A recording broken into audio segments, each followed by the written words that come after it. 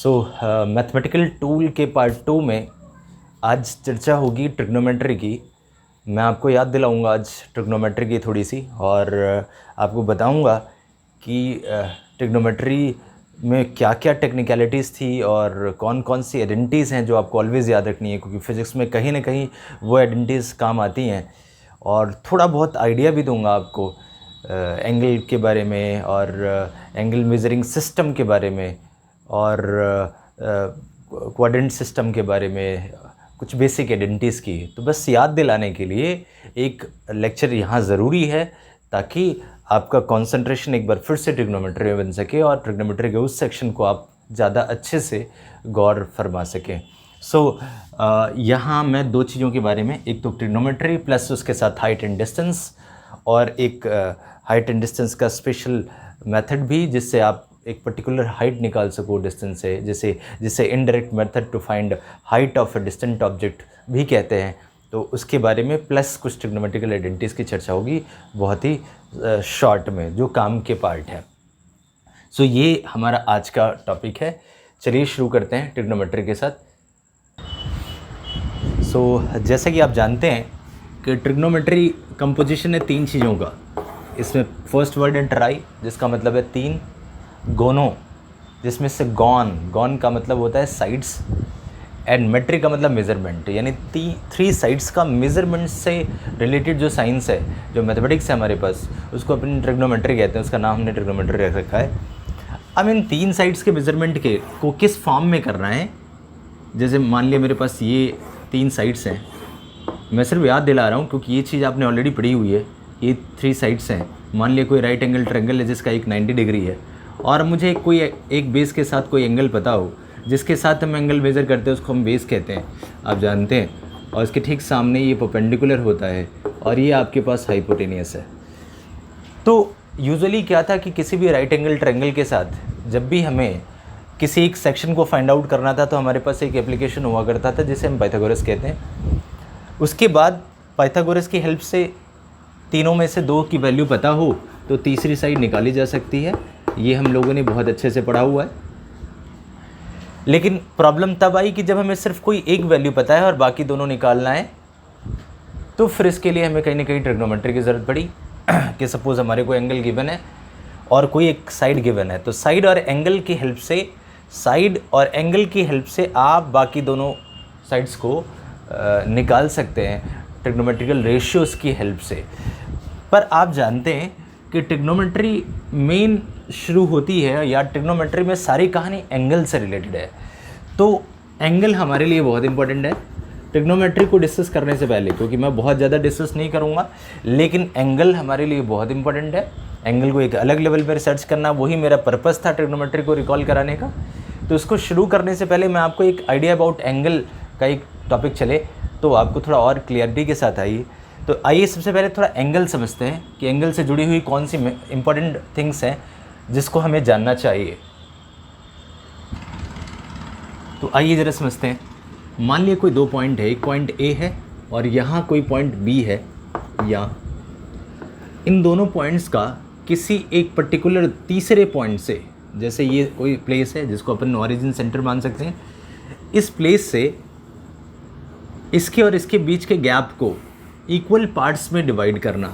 Example के लिए समझिए कि ए से बी तक मैं मूव करता हुआ चल रहा हूँ, ऐसे इक्वल पार्ट्स में डिवाइड करना, यानी इक्वल फ्रेगमेंट्स बनाना, और उन फ्रेगमेंट्स को मेज़र करना। सपोज़ यहाँ से यहाँ तक मैंने कुछ पार्ट्स बना दिए, तो इस रेफरेंस पॉइंट से इस पार्ट को, इस रेफरेंस पॉइंट से इस पार्ट को, इस रेफरेंस पॉइंट से इस पार्ट को, इन पार्ट्स को मेज़र करना, इसको हमने नाम दिया एंगल। फिर से कहता हूँ, मान लिया कोई राइट एंगल ट्रायंगल है, यहाँ से 90 डिग्री है। इसका क्या मतलब है? इसका मतलब ये है कि यहाँ से और यहाँ के बीच में हमने 90 पार्ट्स बना रखे हैं, और हर एक पार्ट्स का नाम हमने एंगल रख रखा है। यहाँ कुछ एंगल, इस एंगल को अपन थीटा से रिप्रेजेंट करते हैं, इसको बहुत अच्छे से आप जानते हैं। तो 90 डिग्री का क्या मतलब है कि 90 इक्वल पार्ट्स में डिस्ट्रीब्यूट करना, ताकि एक कंपोजिशन समझ सकना कि यहाँ से यहाँ तक अगर 90 डिग्री है या यहाँ से यहाँ तक 60 डिग्री है, तो उसके रिस्पेक्ट में अगर इसके कहीं हाफ पे हो तो आप इजीली कह सकते हो कि आप 30 डिग्री पे हो। बाद में इस लेंथ को उस एंगल के साथ और उस रेडियस के साथ लिंक करके फर्दर वैल्यूज़ भी आप निकाल सकते हैं। तो ये जो एंगल है जिसमें मैंने 90 डिग्री बताया है, इस डिग्री के मेज़रमेंट में और इस एंगल की यूनिट में, क्योंकि आप जानते हैं फिज़िक्स में यूनिट्स बहुत इंपॉर्टेंट है, तो इस एंगल का जो भी एंगल यहाँ बन रहा है, इसको अपन ने 3 सिस्टम बना रखा है कि इसको किस तरीके से आप कहोगे या इसकी यूनिट क्या होगी। इसके लिए हमारे पास 3 यूनिट सिस्टम है। तो मैं आपको सबसे पहले उन तीनों यूनिट सिस्टम के बारे में इंटरेक्ट कराता हूँ आपसे। सो हमारे पास ये 3 तरह के सिस्टम है। पहला है सेक्साडेसिमल सिस्टम। सेक्साडेसिमल का मतलब होता है 60 पार्ट में डिस्ट्रीब्यूशन। अगर हम एंगल का आगे करें फर्दर तो उसको सेक्साडेसिमल सिस्टम कहते हैं। सेंटीसिमल सिस्टम के अंदर हम एक पर्टिकुलर डिग्री को 100 पार्ट में डिवाइड करते हैं। सेंटी का मतलब 100 से लिंक्ड है ये, और सर्कुलर का मतलब रेडियन में मेजरमेंट। तो सबसे पहले मैं आपको बताऊं इस सिस्टम में क्या करते हैं। मान लिया कोई ट्रायंगल बन रहा है और इसके बीच में ये 90 इक्वल पार्ट्स बनाए हुए हैं, तो इसको अपन राइट एंगल कहते हैं, आप सब जानते हैं। तो राइट एंगल में इस सिस्टम के अकॉर्डिंग आपने 90 पार्ट्स बनाए हुए हैं। फिर से समझिए कि सेक्साडेसिमल सिस्टम के according 1 right angle is equals to 90 degree, यानी यहाँ जो मेन कंपोनेंट है हमारे पास वो डिग्री में है। 90 जितनी भी आप डिग्री पढ़ते हैं, अगर आपसे कोई भी पूछे कि आपने जिस एंगल को मेज़र किया हुआ है ये कौन सा फॉर्मेट का है, यानी कौन सा सिस्टम इस पे ऊपर एक्ट कर रहा है। सिस्टम का मतलब समझ लीजिए, आपको पता ही है कि आपने फिजिक्स में 3 तरह के यूनिट सिस्टम पढ़े हुए हैं, एक MKS, एक FPS और CGS, meter kilogram second, foot pound and second, और CGS सेंटीमीटर ग्राम सेकेंड। तो 3 तरीके के यूनिट सिस्टम जैसे आप पढ़ रहे थे, सिमिलरली हमारे पास एंगल को भी मेज़र करने के लिए 3 सिस्टम है कि या तो मैं एंगल को डिग्री में मेज़र करूं और मैं कहूं कि राइट एंगल में 90 डिग्री होती है।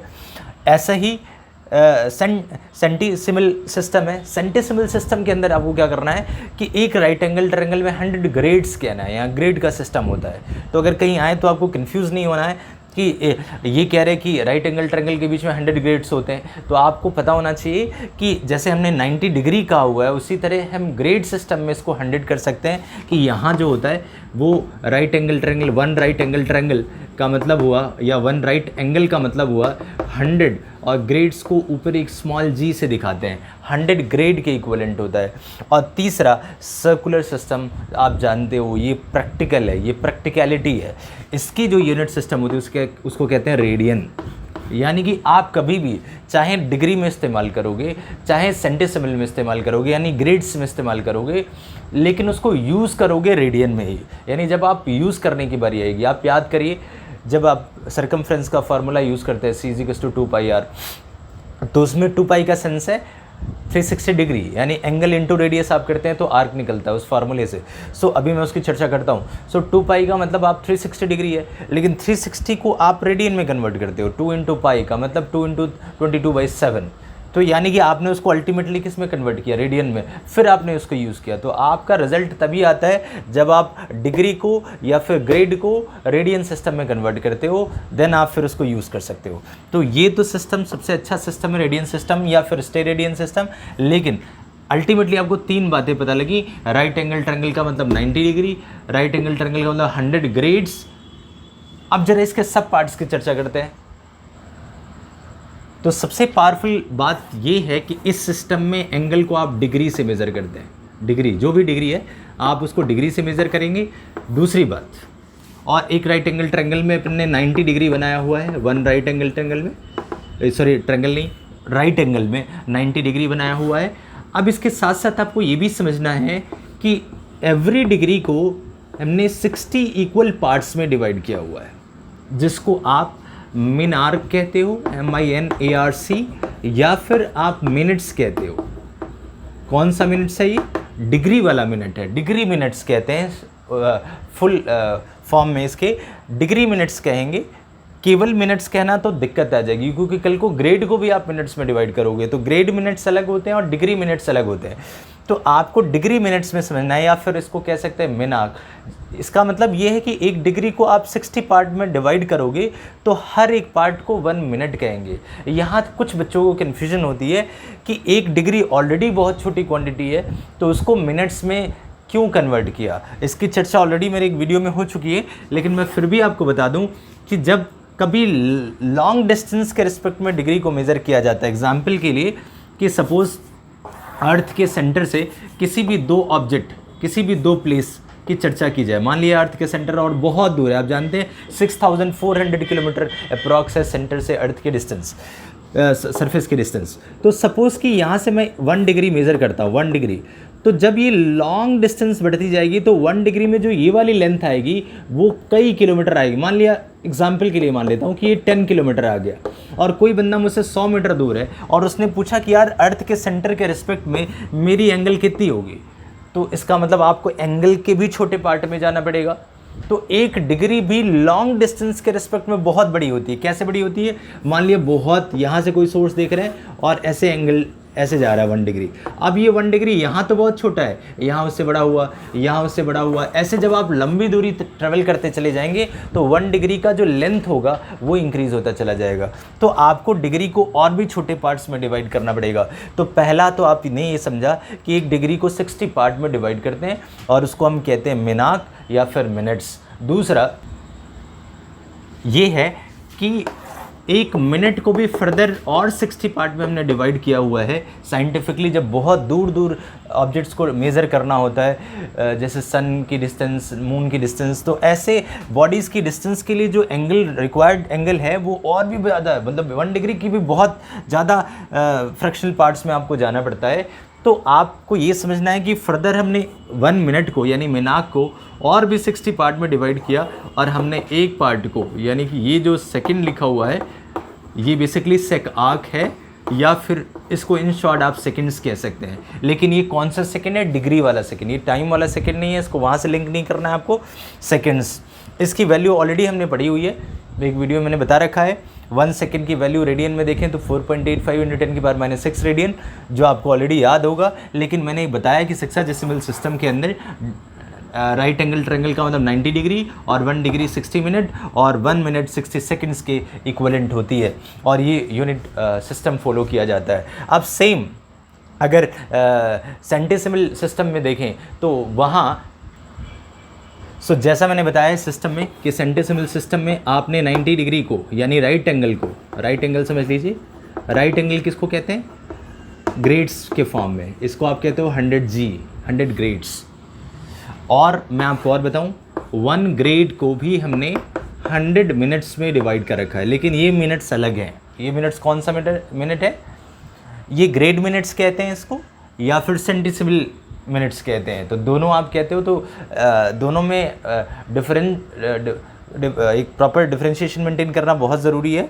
मैं फिर से कहता हूँ, ये मिनट डिग्री वाला मिनट नहीं है, ये मिनट अलग है। हाँ, ये बात है कि 1 ग्रेड को आपने फर्दर 100 पार्ट में डिवाइड किया और एक का नाम रखा 1 मिनट्स, और फिर 1 मिनट को फर्दर 100 सेकंड्स में डिवाइड किया।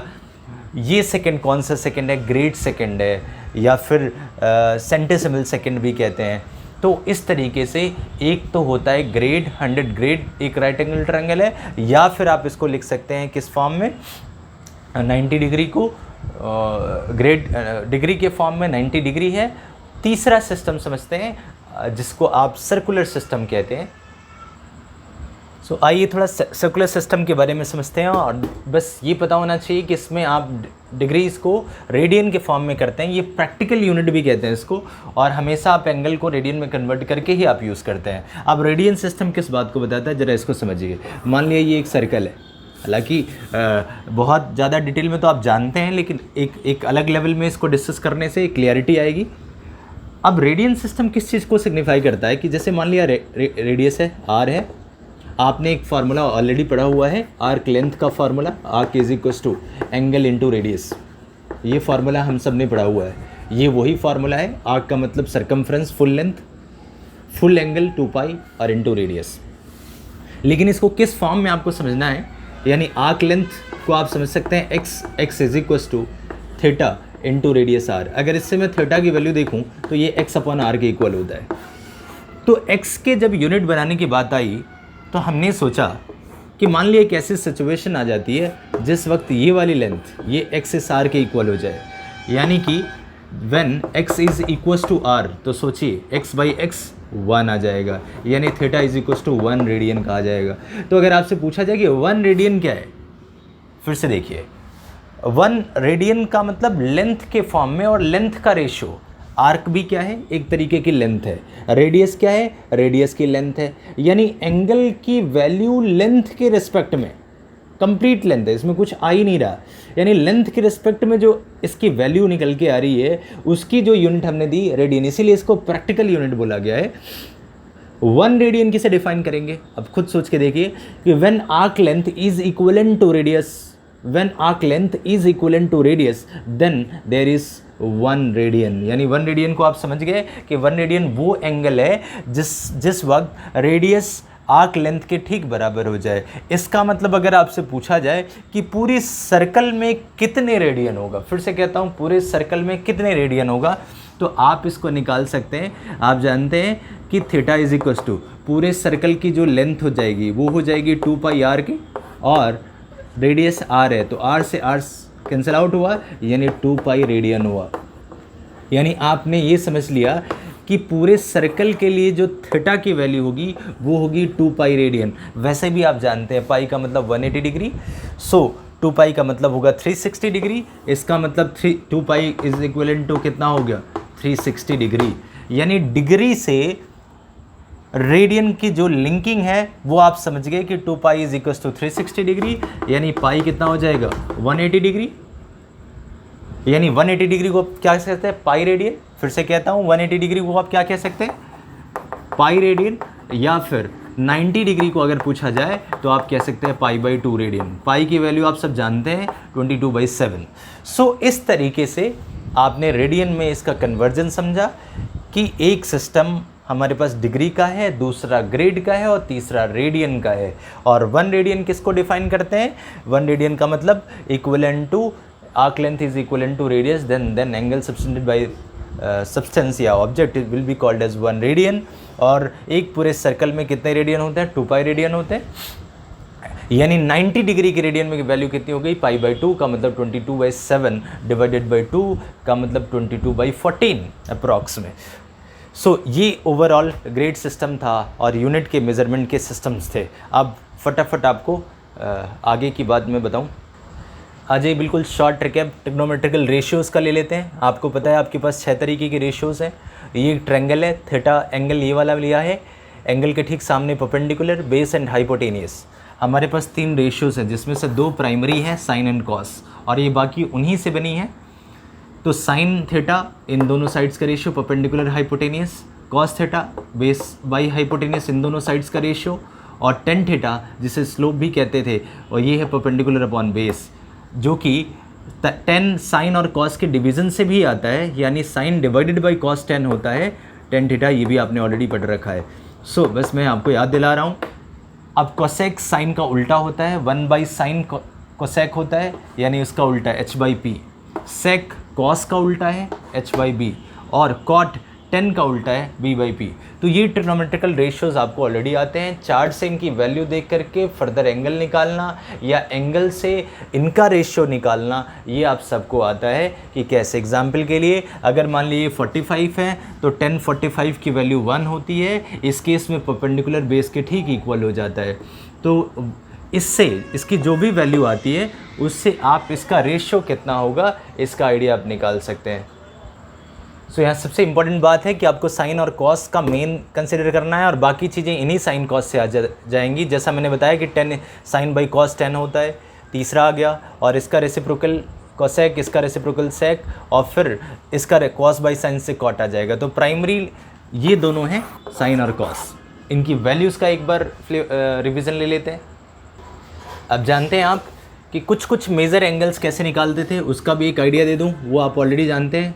सबसे पहले 0 1 2 3 कौन कौन से एंगल थे, 0 डिग्री, 30 डिग्री, 45, 60 और 90। बाकी इसके बीच का कुछ होगा तो या तो गिवन होगा या फिर आपको एज इट इज़ छोड़ना है, उसके लिए आपको टेंशन नहीं लेना है। अगर मैं स्पेशली साइन की बात करूं तो इसके लिए साइन 30 की वैल्यू क्या होगी ये आप जानते थे कि इसके लिए शॉर्टकट था कि पहले आप 0 1 2 3 4 लिखते थे, फिर 4 से डिवाइड करते थे और फिर इसका अंडर रूट ले लेते थे। यानी 0 1 2 3 4 लिख करके इसको 4 से डिवाइड करना मैक्सिमम वैल्यू से और फिर इसका अंडर रूट लेना। इस शॉर्टकट से आप इसकी वैल्यूज़ को रिकॉल कर लेते थे, यानी कि 0/4 0 ही होगा, 1/4 को आप 1/2 लिख सकते हैं। इसको आपने काटा तो 1 का √1 और 2 का √2, इसका आ जाएगा √3 और /2 और 4/4 √1। तो साइन की ये वैल्यूज़ हो गई जिसको आपको ऑलरेडी आता है। इसका ठीक उल्टा आप जानते हैं कॉस की वैल्यूज़ होती हैं, यानी कॉस ये 0 डिग्री हो जाएगी कॉस में, ये कॉस 30 डिग्री, क्योंकि साइन और कॉस एक दूसरे के कहीं ना कहीं कॉम्प्लीमेंट्री होते हैं। का मतलब अगर अभी मैं 90 प्लस वाले में लेकर के जाऊंगा या 90 माइनस वाले में लेकर के जाऊंगा, आप देखेंगे कन्वर्जन हो जाता है साइन का कॉस में। तो जो वैल्यू 0 डिग्री की है साइन में, वो कॉस के साथ 0 डिग्री है। आप जानते हैं एक तरफ से जब आप कंपोनेंट बनाना देखते हैं तो आप साइन और कॉस को एक दूसरे के ठीक 90 डिग्री पे रखते हैं, यानी दोनों का सम कहीं ना कहीं कॉम्प्लीमेंट्री है। तो 90 डिग्री को आप कॉस 0 भी कहेंगे। 60 का कॉम्प्लीमेंट्री 30 होता है, तो यानी साइन 60 कॉस 30 के एग्जैक्टली इक्वल है, यानी ये कॉस 30 है। 45 का कॉम्प्लीमेंट्री 45 है, यानी साइन 45 कॉस 45 दोनों इक्वल होते हैं, 1/√2। ऐसे ही आप साइन 30 को कॉस 60 भी कह सकते हैं इसका कॉम्प्लीमेंट्री एंगल के साथ, जो कि 1/2 है और 0 डिग्री का। ये सब आप जानते हैं, सिर्फ मैंने आपको रिकॉल कराया है कि वैल्यू चार्ट कैसे बनाते हैं और उसको कैसे रिकॉल करते हैं। तो इसका आप ध्यान रखेंगे, यानी ट्रिग्नोमेट्रिकल रेशियोज़ और उनकी वैल्यूज़ ये आपको पता होंगी तो आप साइड्स आराम से निकालेंगे। अब फटाफट आइडेंटिटीज़ को रिकॉल करते हैं। अब एक बहुत इंपॉर्टेंट पार्ट है जो फिजिक्स में अक्सर काम आता है, वो है T ratios of allied angles. इसका क्या मतलब है, आप एक कोऑर्डिनेट सिस्टम ने आपने पढ़ा हुआ है, आपने ये पढ़ा हुआ है कि अगर एक कोऑर्डिनेट सिस्टम से इसको समझें तो फर्स्ट क्वाड्रेंट में सारे पॉजिटिव होते हैं, चाहे साइन कॉस टेन कॉट, यानी ऑल 6। अगर 6 रेशियोज पे हमने बात करी है तो ये आप जानते हैं कि ऑल पॉजिटिव होता है फर्स्ट क्वाड्रेंट में। दूसरे क्वाड्रेंट में हम बात करें तो साइन और इसका भाई कोसेक, ठीक है, ये पॉजिटिव होते हैं। तीसरे क्वाड्रेंट में आपने पढ़ा हुआ है कि tan/cot, ये दोनों पॉजिटिव होते हैं। और चौथे क्वाड्रेंट में आप समझ सकते हो कि cos/sec, ये पॉजिटिव होते हैं, बाकी सारे नेगेटिव होते हैं। तो आप इसका फार्मूला भी जानते हैं, a साइन के लिए s, tan के लिए t और इसके लिए c, ASTC। ये तरीका आप जानते हैं, जिससे आप बताते हैं कि यहाँ फर्स्ट क्वाड्रेंट में होगा तो सारे पॉजिटिव होंगे, सेकंड में सिर्फ साइन कॉस पॉजिटिव होगा, tan cot पॉजिटिव यहाँ होगा। इसका क्या मतलब है, एलाइड एंगल्स का क्या मतलब है और इसका मतलब क्या है। वैसे तो आप जानते हैं, लेकिन मैं फिर भी एक बार रिकॉल कराऊँ। इसका मतलब ये होता है, इसका मतलब ये है कि अगर आप फर्स्ट क्वाड्रेंट में लाई करते हो, एग्जाम्पल के लिए कि जैसे यहाँ से 30 डिग्री है, यहाँ से 30 डिग्री है, अब अगर ये यहाँ से 30 डिग्री है तो ये वाला कॉमन सेंस से 60 डिग्री हो जाएगा। यानी इस तरीके से मैं देखूं तो ये बेस है और ये हाइपोटेनियस है, और इस ट्रायंगल से देखूं तो ये बेस हो जाएगा और ये हाइपोटेनियस हो जाएगा। यानी आपने देखा बेस और हाइपोटेनियस, लेकिन इस ट्रायंगल के अकॉर्डिंग ऊपर वाले 60 डिग्री के अकॉर्डिंग ये जो हाइपोटेनियस था वो बेस के इक्विवेलेंट हो गया, और सॉरी ये हाइपोटेनियस तो ऑलरेडी है दोनों में, लेकिन 30 डिग्री के हिसाब से ये वाली साइड है बेस और 60 डिग्री वाले के हिसाब से ये वाली साइड है बेस। यानी यहाँ तो ये साइन का काम करेगा और यहाँ ये कॉस का काम करेगा। कहने का सेंस ये है कि अगर आपकी लाइफ में कभी भी आता है साइन 90 - थीटा, इसका मतलब आप कहाँ हैं, फर्स्ट क्वाड्रेंट में है, 90 से कम ही है, तो इसका जो रिजल्ट आएगा इसका कन्वर्जन हो जाएगा कॉस में, और ये कॉस पॉजिटिव ही रहेगा। यानी आपने एक इंपॉर्टेंट आइडेंटिटी समझी। मेरा टारगेट था, पर्पस था आपको ये याद दिलाना कि 90 - थीटा, चाहे sine 90 - theta cos theta, cos 90 - theta sine theta, इसका साइन का कॉस के फॉर्म में कन्वर्जन हो जाता है, और ये कन्वर्जन पॉजिटिव ही रहेगा अगर आप फर्स्ट क्वाड्रेंट में हो, यानी 90 - थीटा में हो, तो आपकी जो फाइनल रिजल्ट आएगा वो पॉजिटिव ही रहेगा। साइन कॉस में क्यों कन्वर्ट हुआ ये आप समझ गए, क्योंकि एक तरीके से देखा जाए तो इस ट्रायंगल के लिए ये बेस है और ये हाइपोटेनियस है, और सॉरी बेस और हाइपोटेनियस। अब इस ट्रायंगल के अकॉर्डिंग ये बेस है, यानी ये बेस कहीं ना कहीं परपेंडिकुलर के इक्विवेलेंट है। इस ट्रायंगल के हिसाब से जो साइड परपेंडिकुलर है वो दूसरे ट्रायंगल के लिए बेस बन जा रही है। तो परपेंडिकुलर हाइपोटेनियस का रिलेशन साइन होता है, यानी कहीं ना कहीं साइन 90 माइनस थीटा को 90 माइनस थीटा का मतलब इसका दूसरा वाला एंगल, उसको आप कॉस के फॉर्म में चेंज कर सकते हैं, या कॉस 90 माइनस थीटा कॉस को दूसरे एंगल के साथ ले जाएंगे तो वो साइन के फॉर्म में लिखा जा सकता है। ये आपने पढ़ा हुआ है, पर मैं फिर भी याद दिलाऊं कि 90 माइनस थीटास के जो भी वैल्यू होगी वो फर्स्ट क्वाड्रेंट को शो करेगी, और फर्स्ट क्वाड्रेंट में सारी चीज़ें पॉजिटिव होती हैं, चाहे 6 की 6 कोई सी भी आइडेंटिटी लगी हो। मैं यहाँ एक क्लियरिटी दे दूँ, क्योंकि कुछ बच्चों को यहाँ कन्फ्यूजन हो सकती है कि आपने लिखा कि साइन 90 माइनस थीटा या फिर कॉस 90 माइनस थीटा, इसको आपने साइन थीटा क्यों लिखा। मैं आपको फिर से एक बार दे दूँ। देखिए, cos theta is equal to क्या होता है, बेस बाई हाइपोटेनियस। अब 90 माइनस थीटा का मतलब ये वाला एंगल, इस वाले एंगल से अगर ट्रायंगल बने तो उसका बेस ये होगा, उसका बेस ये होगा, तो उसका बेस इस ट्रायंगल के अकॉर्डिंग परपेंडिकुलर के इक्विवेलेंट है, यानी कि कॉस 90 माइनस थीटा को मैं ये भी लिख सकता हूँ केवल वैल्यू के मामले में, क्योंकि इस ट्रायंगल के लिए, पुराने ट्रायंगल के लिए ये वाली साइड परपेंडिकुलर का काम कर रही है, तो मैं यहाँ लिख सकता हूँ परपेंडिकुलर एंड ये रहेगा हाइपोटेनियस। और परपेंडिकुलर हाइपोटेनियस इस एंगल के लिए साइन का काम करेगा, यानी साइन के लिए ये परपेंडिकुलर हाइपोटेनियस है, परपेंडिकुलर हाइपोटेनियस, तो ये इस एंगल के हिसाब से साइन है, तो इसको अपन लिख सकते हैं साइन थीटा।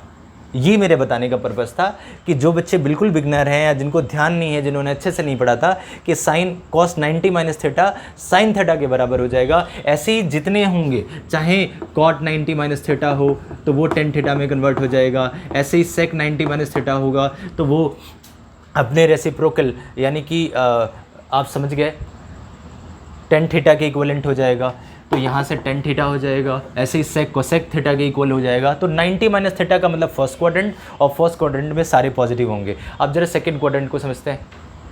अब आ जाइए जरा सेकंड क्वाड्रेंट में। आपको मैंने बता रखा है कि सेकंड क्वाड्रेंट में A S all S for sine, sine का साथ कोसेक भी आता है, साइन का रेसिप्रोकल, यानी सिर्फ साइन और कोसेक की वैल्यू, जैसे sine 90 plus theta common sense से कॉस में कन्वर्ट होगा, लेकिन कॉस पॉजिटिव होगा, ऐसे ही cosec 90 plus theta common sense से सेक थीटा होगा, तो सेक पॉजिटिव होगा, यानी सिर्फ यही दोनों वैल्यूज़ पॉजिटिव होंगी, बाकी कॉस का हो जाएगा माइनस साइन, सेक का हो जाएगा माइनस कोसेक, टेन का हो जाएगा माइनस कॉट एंड कॉट का हो जाएगा माइनस 10। तो आप ये समझ गए कि सेकेंड क्वाड्रेंट में सिर्फ ये दोनों पॉजिटिव होती हैं। सिमिलरली थर्ड क्वाड्रेंट में सिर्फ 10 और कॉट पॉजिटिव होगा, और फोर्थ क्वाड्रेंट में सिर्फ कॉसेक और सेक पॉजिटिव होगा। ये मैं आपको याद दिला रहा था क्योंकि कन्वर्जेंस बहुत इंपॉर्टेंट है। एक और बात आपको समझनी है यहाँ। अब यहाँ एक ज़रूरी बात समझिए, यानी कि जो चेंज का, जैसे मैं कह रहा हूँ sine 90 plus theta cos theta में, या जो भी चेंज हो रहा है साइन कॉस कॉट 10 10 कॉट में, सेक कोसेक में, कोसेक सेक में, ये चेंज सिर्फ 90 डिग्री प्लस या 270 प्लस में ही होता है। 180 में कोई चेंज नहीं होता, ये आपको पता भी है, और मैं फिर से याद दिलाऊं, इसके पीछे लॉजिक भी है। एग्जाम्पल के लिए अगर मैं कहता हूँ sine 90 plus theta second quadrant में है, वैल्यू प्लस में होगी, और साइन कन्वर्ट होकर किस में कन्वर्ट हो जाएगा, कॉस में। लेकिन यही कहानी इसी सेकेंड क्वाड्रेंट में अगर 180 माइनस थीटा कहता मैं, तो साइन 180 माइनस थीटा तो ये साइन थीटा ही रहता, cos 180 minus theta cos theta ही रहता, 180 माइनस थीटा टेन थीटा ही रहता, उसमें कोई चेंज नहीं होता। वजह क्या है, आखिरकार क्या वजह है? जैसे मैं सेकंड क्वाड्रेंट में जाऊं 90 प्लस थीटा में कह रहा हूं, यानी ये वाला एंगल है 90 प्लस थीटा, लेकिन 180 माइनस थीटा कहूँ तो 180 माइनस थीटा, यानी तब मैं इस एंगल की बात करूंगा। दोनों में ट्रायंगल्स चेंज हो जाएंगे, दोनों में क्या चेंज होंगे, ट्रायंगल चेंज होंगे। इसमें ये ऊपर वाला ट्रायंगल होगा, 180 माइनस थीटा करूंगा तो ये नीचे वाला ट्रायंगल होगा। तो अब सोचिए ट्रायंगल का प्रोस्पेक्ट चेंज हुआ, तो यहाँ तो साइन कॉस हो जाएगा, लेकिन जब नीचे वाला ऑलरेडी एंगल होगा तो sine 180 minus theta sine theta ही रह जाएगा। सो आई थिंक कि आपको पता लगा कि 180 के साथ कोई चेंज नहीं करना है, 90 के साथ चेंज करना है, या 270 के साथ चेंज करना है, तभी ट्रायंगल चेंज होगा और उसकी वैल्यू भी चेंज होगी। अब एक बात समझ गए आप कि चूंकि ये दोनों 90 प्लस थीटा भी सेकंड क्वाड्रेंट में है और 180 भी सेकंड क्वाड्रेंट में है, तो वैल्यू इनकी पॉजिटिव होगी, साइन और कोसेक की पॉजिटिव होगी, बाकी सबकी। तो ये एक इंपॉर्टेंट आइडेंटिटी है जिसका आपको ध्यान रखना है। साथ साथ में आपको ये भी पता होना चाहिए कि अगर कहीं लिख दिया गया सपोज साइन माइनस थीटा, ये भी बहुत काम आता है फिजिक्स में, तो साइन माइनस थीटा का सेंस क्या है? इसका सेंस है साइन 0 डिग्री माइनस थीटा, का मतलब 0 से माइनस। आप जानते हैं एंगल हमेशा एंटी क्लॉकवाइज मेजर की जाती है, ये हमारा कन्वेंशन है, साइन कन्वेंशन। तो अगर थीटा माइनस में जा रहा है का मतलब इस तरफ जा रहे हैं, यानी आप हो फोर्थ क्वाड्रेंट में। फोर्थ क्वाड्रेंट में सिर्फ आप जानते हैं कॉस और कोसेक, कॉस और सेक, यही दोनों पॉजिटिव होते हैं। तो अगर आपसे पूछा जाए कि साइन माइनस थीटा की वैल्यू क्या होगी, तो आप इसको डायरेक्टली लिख सकते हैं माइनस साइन थीटा। फिर से समझिए, फोर्थ क्वाड्रेंट में आप आए हुए हैं, फोर्थ क्वाड्रेंट में है, यहाँ कॉस। अच्छा एक और बात, 90 के साथ चेंज होता है, 270 के साथ चेंज होता है, तो चेंज किसके साथ नहीं होता? 0 डिग्री के साथ नहीं होता, 0 के साथ है। 180 के साथ होगा तब भी नहीं होगा, घूम के वापस 360 डिग्री आ गया तब भी चेंज नहीं होगा। यानी कि बेस लाइन एक्स एक्सिस के साथ कोई चेंज नहीं होगा, जब वाई एक्सिस के फॉर्म में जाएंगे तब चेंज होगा। तो 0 डिग्री है यानी साइन का साइन ही रहेगा। माइनस थीटा है का मतलब इसकी जो फाइनल वैल्यू होगी वो माइनस में चली जाएगी। अगर यही होता कॉस माइनस थीटा, तो कॉस माइनस थीटा का मतलब क्या होता? 0 डिग्री माइनस थीटा, यानी फोर्थ क्वाड्रेंट है, जहां कॉस पॉजिटिव होता है तो cos minus theta is equal two plus cos theta, इसका रिजल्टेंट हो जाएगा। ऐसे ही सेक माइनस थीटा होता तो प्लस सेक थीटा हो जाता, कॉसेक माइनस थीटा होता तो माइनस कॉस थीटा हो जाता। तो ये आइडेंटिटी भी आपको पता होनी चाहिए, जहां सिर्फ माइनस के साथ आएगा। फिजिक्स में ऐसी बहुत जगह होगी जहां साइन माइनस थीटा को अपन सीधा माइनस साइन थीटा लिख लेंगे, तो आपको ये वैल्यू भी पता होनी चाहिए। तो आई थिंक कि आपको कुछ आइडेंटिटीज पता लगी। अलाइंड एंगल के साथ का जो कंसेप्ट था वो भी एक बार आपका रिकॉल हुआ। सो कंक्लूजन में मैं आपको कुछ कॉमन फार्मूलाज, जैसे इंपॉर्टेंट बेसिक फार्मूलाज तो आपको बताइए, sine tan is equal to sine by cos, sine is equal to 1 by cos, cos is equal to 1 by sec, sine square theta plus cos square theta is equal to 1, 1 plus tan square theta is equal to sec square theta. Similarly 1 plus cot square theta is equal to cosec square theta.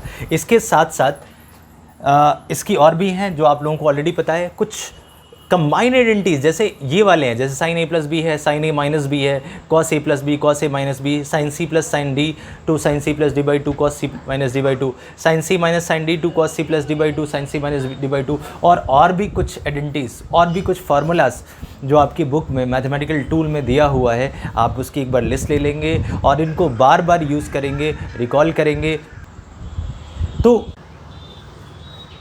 आपने finally ये पढ़ा कि trigonometry क्या है, उसके applications क्या क्या हैं। बिल्कुल लास्ट में मैं आपको ट्रिग्नोमेट्री की हेल्प से, यानी जो हमने पढ़ा कि राइट एंगल ट्रायंगल के रेशियोज़, उनकी हेल्प से किसी भी इनएक्सेसिबल ऑब्जेक्ट, यानी जो बहुत ऊंचा है, जहाँ तक आप पहुँच नहीं सकते, अगर कोई बहुत हाइट वाला ऑब्जेक्ट है और उसकी अगर हमें हाइट निकालनी हो, तो ट्रिग्नोमेट्री की हेल्प से उस हाइट को कैसे निकाला जा सकता है। बहुत ही सिंपल तरीका है। ये क्लास 11th का क्वेश्चन है, हालांकि इस क्वेश्चन को आपने ऑलरेडी क्लास 10th में किया हुआ है, लेकिन मैं आपको रिकॉल करा रहा हूँ। जिन्होंने अच्छे से नहीं किया हो वो देख सकते हैं कि अगर कोई इनएक्सेसिबल ऑब्जेक्ट है तो उसकी हाइट को कैसे मेज़र करें। एग्जाम्पल के लिए मान लिया कोई ऑब्जेक्ट यहाँ है, ऐसा मान सकते हैं आप कि कुतुब मीनार है यहाँ, और इसकी मुझे हाइट निकालनी है। अब आप बहुत डीप में पहुँच भी नहीं सकते, मान लिया कि ये बहुत दूर है। इनएक्सेसिबल का एक और मतलब होता है, ज़रूरी नहीं कि आप उसके बेस पे पहुंच ही पाए। मान लो कोई ऐसा है जैसे कोई माउंटेन हो, उसके बेस पे आप पहुंच ही नहीं सकते, वो एक पर्टिकुलर डिस्टेंस तक हो। तो अगर आप बेस पे पहुंच गए, तो सपोज़ बेस से आपने इस डिस्टेंस को मेज़र कर लिया, तो अब आपको यहाँ से इस कॉर्नर से इसका एंगल देखना है। अगर आपको ये वाला एंगल पता लग गया और ये वाली डिस्टेंस पता लग गई, तब तो आप इस हाइट को निकाल सकते हैं। ये तो वो तरीका है जिस हाइट ऑब्जेक्ट के सरफेस तक, वहाँ तक एंड पॉइंट तक आप पहुँच सकते हो। तो आपको इस पार्ट का नाम है बेस। ये हाइट हमें निकालनी है, तो बेस पता है, आप इस हाइट को आराम से निकाल सकते हैं ट्रिग्नोमेट्री की हेल्प से। कैसे? परपेंडिकुलर और बेस का रिलेशन है tan थीटा, तो आपने इसके टॉप पार्ट का एंगल देखना है और मेज़र करना है। अब एक छोटी सी प्रॉब्लम और आती है, क्योंकि क्वेश्चन है इनएक्सेसिबल ऑब्जेक्ट का, यानी आप इसके बेस तक नहीं पहुंच सकते। बेस तक नहीं पहुंच सकते इसका मतलब कहाँ तक पहुंच सकते हैं? सपोज़ कि आप कहीं ऐसा समझिए कि आप सिर्फ यहाँ तक पहुंच सकते हैं, या आप जहाँ हैं वहीं से थोड़ा सा चेंज करके आप निकाल सकते हैं। एग्जाम्पल के लिए आप यहाँ हो अभी फ़िलहाल, और यहाँ से इस टॉप को देख रहे हो, जैसे ही आपने इस टॉप को देखा तो इसका एंगल बना अल्फ़ा। अब आप थोड़ा सा दूर जाइए, दूर कहाँ, डी डिस्टेंस के ऊपर दूर जाइए और यहाँ से एंगल ले लीजिए टॉप का, ये वाला एंगल है बीटा। क्वेश्चन ये उठता है कि इसका एंगल कैसे लें। बहुत सारे मेथड हैं इसके एंगल लेने के लिए, बहुत सारे इंस्ट्रूमेंट्स आते हैं। अब आप इसके इंजीनियरिंग में स्पेशल डीज भी आती हैं जहां आप टॉप कॉर्नर्स का एंगल ले सकते हैं, लेकिन वो हमारा पार्ट नहीं है। फ़िलहाल ये मान लो कि आप एंगल ले सकते हो इस टॉप पार्ट का। तो सपोज़ आपने यहाँ से एक एंगल लिया अल्फ़ा, यहाँ से एक लिया बीटा, और मुझे ये हाइट निकालनी है। मुझे ये वाली डिस्टेंस भी नहीं पता क्योंकि मैं बहुत दूर हूँ, न जाने कितनी दूर हूँ, लेकिन फ़िलहाल ट्रिग्नोमेट्रिकल आइडेंटिटी लगाने के लिए मैंने इसको एक्स एज्यूम कर लिया, लेकिन मैं इसको यूज़ नहीं कर पाऊँगा क्योंकि मेरे को इसकी इन्फॉर्मेशन गिवन नहीं है। अब आप ज़रा बहुत ध्यान से देखिए इस रिलेशन को। अगर आपके सामने इस हाइट को मैं h मान लेता हूँ जो मुझे निकालना है, अगर मैं इस अल्फ़ा के लिए हाइट और इस बेस का रिलेशन ले लूँ तो एक बहुत ही सिंपल रिलेशन मिल जाएगा विच इज़ 10 अल्फ़ा, और 10 अल्फ़ा की वैल्यू हो जाएगी h/x। ये आप समझ चुके हैं अब तक और खूब किया हुआ है प्रैक्टिस आपने। ऐसे ही सिमिलरली अगर आपसे 10 बीटा पूछा जाए तो आप यहाँ कह सकते हैं कि परपेंडिकुलर है h और बेस है ये पूरी डिस्टेंस d + x, जिसमें से आपको पता सिर्फ पता है d, x के बारे में कोई इन्फॉर्मेशन नहीं है। सोचिए अगर ये कहीं से एक्सपेंशन हो जाता तो h/x, इस h/x यानी बीटा में से अल्फ़ा माइनस करता तो शायद h/d निकल जाता, जिसमें से h मुझे निकालना है और d पता है मुझे, पर मैं ऐसा कर नहीं सकता क्योंकि आप जानते हैं डिनोमिनेटर में मल्टीपल टर्म्स हैं, इसका एक्सपेंशन अलाउड नहीं है। तो एक काम करते हैं, इसको एक्सपेंड करने की अगर इच्छा हो रही हो तो क्यों नहीं इसको रेसिप्रोकेट कर दिया जाए। रेसिप्रोकेट करते ही मैं इसको ऐसे भी तो लिख सकता हूँ, अगर इसको कॉट में कन्वर्ट कर लूँ तो आ जाएगा कॉट अल्फ़ा, और करते ही ये रेसिप्रोकेट हो जाएगा x/h। आप देख रहे होंगे इसको फिर लिख सकते हैं कॉट अल्फ़ा और इसको रेसिप्रोकेट कर दिया क्योंकि आप जानते हैं 1/10 = कॉट होता है, तो मैंने इसको रेसिप्रोकेट किया है। सिमिलरली अगर मैं इसको भी कन्वर्ट कर लूँ कॉट बीटा तो इसको लिख सकता हूँ, ऊपर आ जाएगा ऐसे d + x/h, दोनों टर्म्स रेसिप्रोकेट हो गए।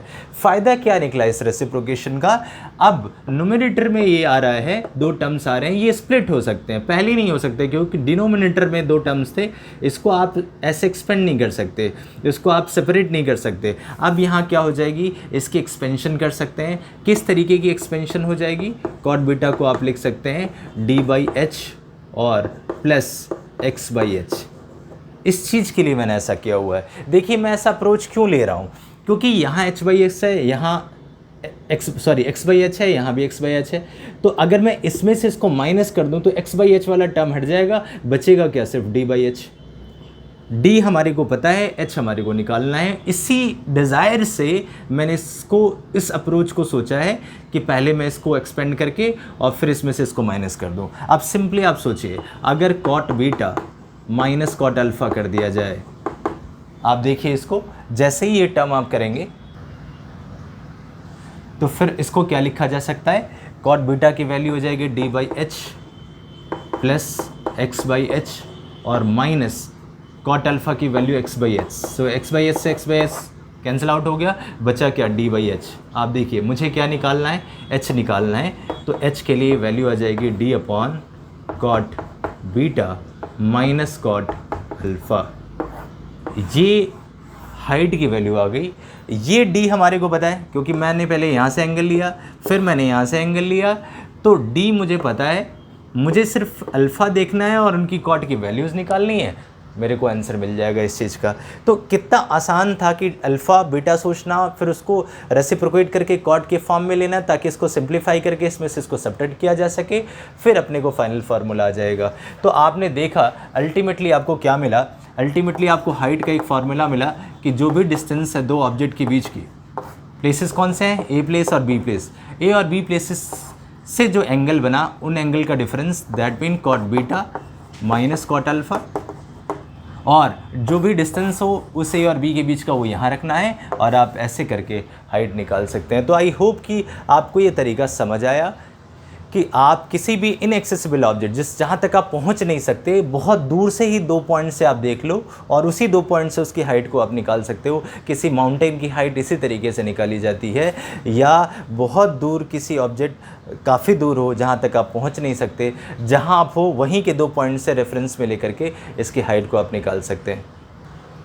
सो अल्टीमेटली आपने हाइट एंड डिस्टेंस का एक बहुत छोटा क्वेश्चन किया, लेकिन अल्टीमेट आइडिया लगा आपको कि इसको यूज़ कैसे करते हैं, और ये हमारे 11th में है भी, ये क्वेश्चन भी आ जाता है कई बार।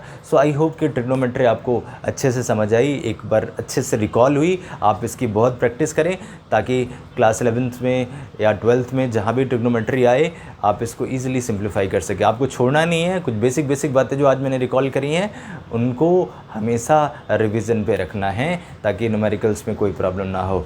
चलिए ओके, नेक्स्ट वीडियो लॉग पे मैं बनाने वाला हूँ, तो उसको भी आप ध्यान से करना है। ओवरऑल काफ़ी हेल्प करने वाली हैं ये सारी वीडियोज़। Okay, good luck.